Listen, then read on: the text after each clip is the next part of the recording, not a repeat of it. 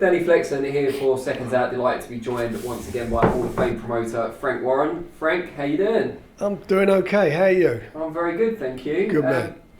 We've just come off, obviously, a big win, or a relatively big win for Anthony Joshua at the weekend against Kubrat Pulev on Matchroom's show. What did you think of his performance?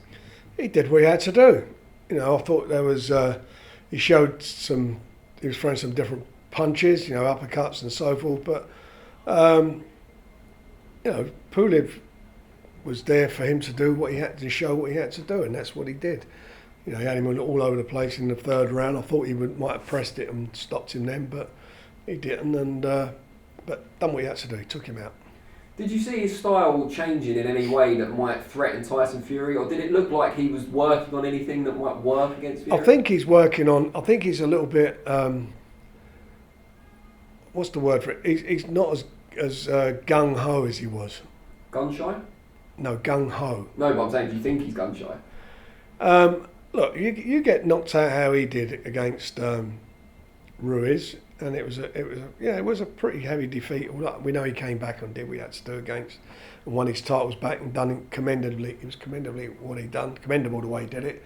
He did everything he had to do. I mean, the fact that Ruiz was trained in his larder was what it was. But I thought he, I don't know, there was nothing there that makes me think that.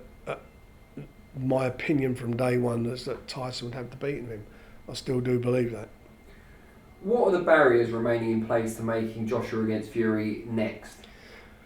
Well, there shouldn't be any, because everybody keeps saying publicly they want it to happen, so there shouldn't be any barriers. I mean, things that are public, the thing about the Usyk WBO situation, I think that can be overcome. Matchroom have a contract with Usyk, so hopefully they can deal with that.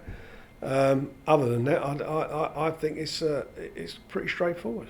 How would you like to see that obstacle overcome? Would you like to see Usyk step aside, or because you promote Joe Joyce as well, of course, the WBO? Well, Joe's number two. Look, I'd if he vacates the title. I mean, I'm going to be honest. I mean, a real catch-22 as being involved in this, in as much that you would like the four belts to be on the line, because it's been the first time ever. In fact, they're two Brits. It adds a bit of glamour to it. But the other side of it is that if we can't sort something out, then I hope he doesn't vacate. But the worst case is maybe we make Usyk and Joe for the interim title. That's a possibility. There's a lot of different permutations, but I don't want to even dwell on all that. I think the most important thing at the moment is to get the two, and I don't mean being disrespectful to Usyk and certainly not to Joe. The most important thing at the moment is to get the big one on, because that's what we all want to see. That's what we've been all banging on about for the last 18 months or so, and and we're so close to making it happen now.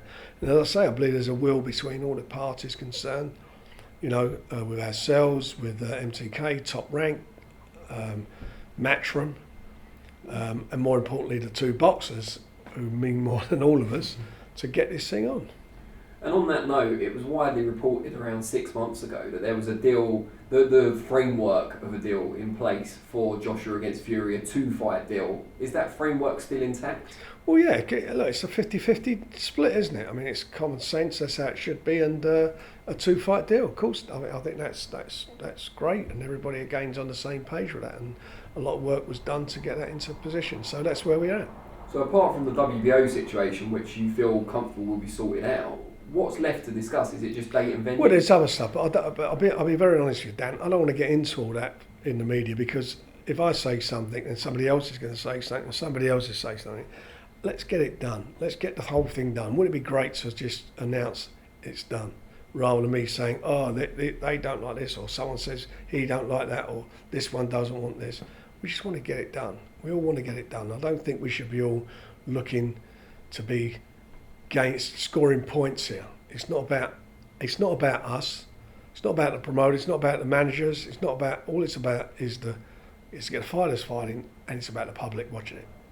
Just before we move on from Joshua, we talked to you in the build-up to the fight with Pulev, and you defended Matchroom and Sky Sports to an extent about the £25 price point retained from the previous Ruiz fight. Having now watched the show, do you feel it was worth 25 of your hard-earned pounds? I didn't watch the other fights on the card, I'll be quite honest. I didn't do that. I only watched the main event. Look, it is. Look, do you know what? Pay-per-view is the most honest form of television. You either want to watch it or you don't want to watch it. And if people who pay the money want to watch it, and the people who don't want to pay don't want to watch it. And that's it. So, in these extraordinary times that we're living, and we've tried hard on from our side to put shows on without the pay-per-view tag on it. Had Tyson fought in December, it would have been pay-per-view. We're in a position where the money's got to be made up from somewhere because there's no live gate. And it's done, but for me, all I care about that fight is gone, and another obstacle's been knocked down. Like Dillian Whyte was an obstacle to that fight happening. Nothing against Dillian Whyte. We weren't slagging off Dillian Whyte. We got rid of the mandatory, so our mandatory went away. Pulev, the mandatory's gone away. So their obstacles are all been taken down to ensure that we can get this big fight on.